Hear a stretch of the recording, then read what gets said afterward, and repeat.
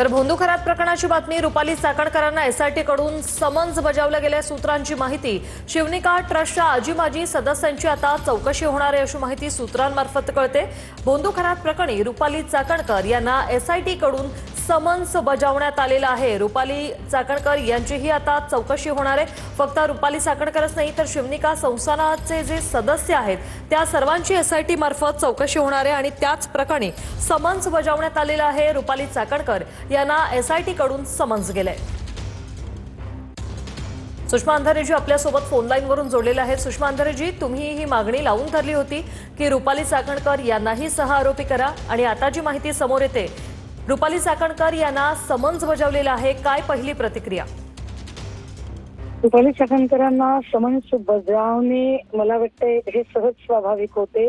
ज्या पद्धतीची इन्व्हॉल्वमेंट चाकणकरांची दिसते त्यानुसार चाकणकर नुसत्या समन्स बजावून नाही तर चाकणकर सह आरोपी व्हायला हव्यात। एकूण जी आर्थिक उलाढाल झालेली आहे, आता जे काही मी नवीन माहिती त्याच्यातली बघत आहे त्याच्यानुसार सिन्नरच्या जगदंब पतसंस्थेमध्ये ज्या आर्थिक उलाढाली झालेल्या आहेत मला वाटतं त्याची सुद्धा चौकशी ऐरणीवर येईल आणि निश्चित ही एसआयटीची एक स्वागतार्ह मूळ म्हणावी लागेल। नक्कीच सुषमाताई, चौकशीत अनेक धक्कादायक खुलासे, आता नवनवीन खुलासे समोर यायला लागलेले आहेत। हे प्रकरण आता एक वेगळ्याच लेवलला जाऊन पोहोचलेलं आहे। तुम्ही हे प्रकरण आता अजून उचलून धरणार आहात का? मला असं वाटतंय की एकटा चाकणकर नाही, याच्यातली जी चौकशी आहे ती आता दुसरी महत्वाची चौकशी दीपक केसरकरांची झाली पाहिजे।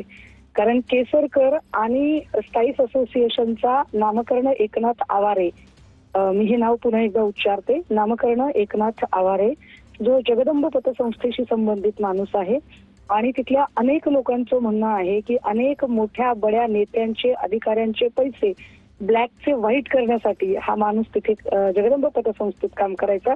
त्यामुळे या माणसाची आणि केसरकर या दोघांची चौकशी होणं अपेक्षित आहे असं मला वाटतं। धन्यवाद सुषमा अंधारेजी, तुम्ही TV9शी बोललात त्यासाठी।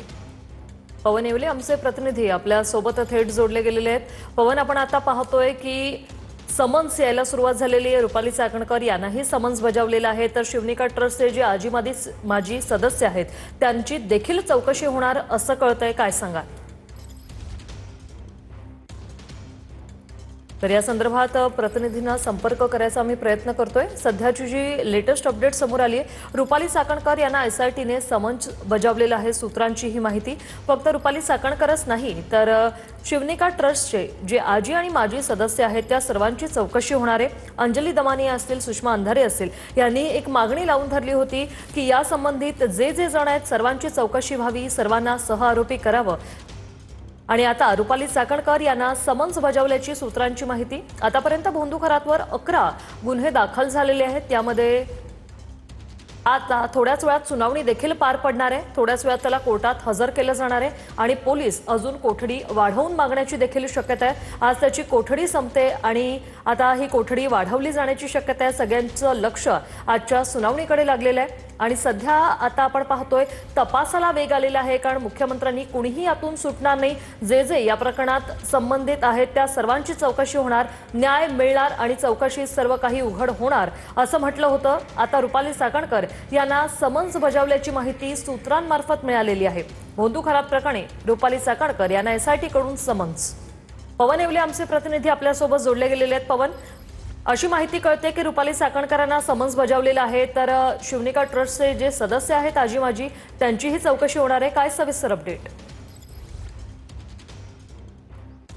नक्कीच आपण जर बघितलं तर भोंदू अशोक खरात याने लैंगिक अत्याचाराच्या प्रकरणामध्ये याला पोलिसांनी अटक केलेली होती आणि या संपूर्ण प्रकरणाचा तपास जो आहे तो एसआयटी कडे देण्यात आलेला आहे। दरम्यान एसआयटी कडून आता जे भोंदू खरात याचं जे शिवनिका संस्थान आहे या संस्थांवरील सर्वच आजी माजी जे सदस्य आहेत त्यांचा आता जबाब घेण्याचं काम सुरू केलेलं आहे, त्यांच्याकडे देखील चौकशी सुरू केलेली आहे।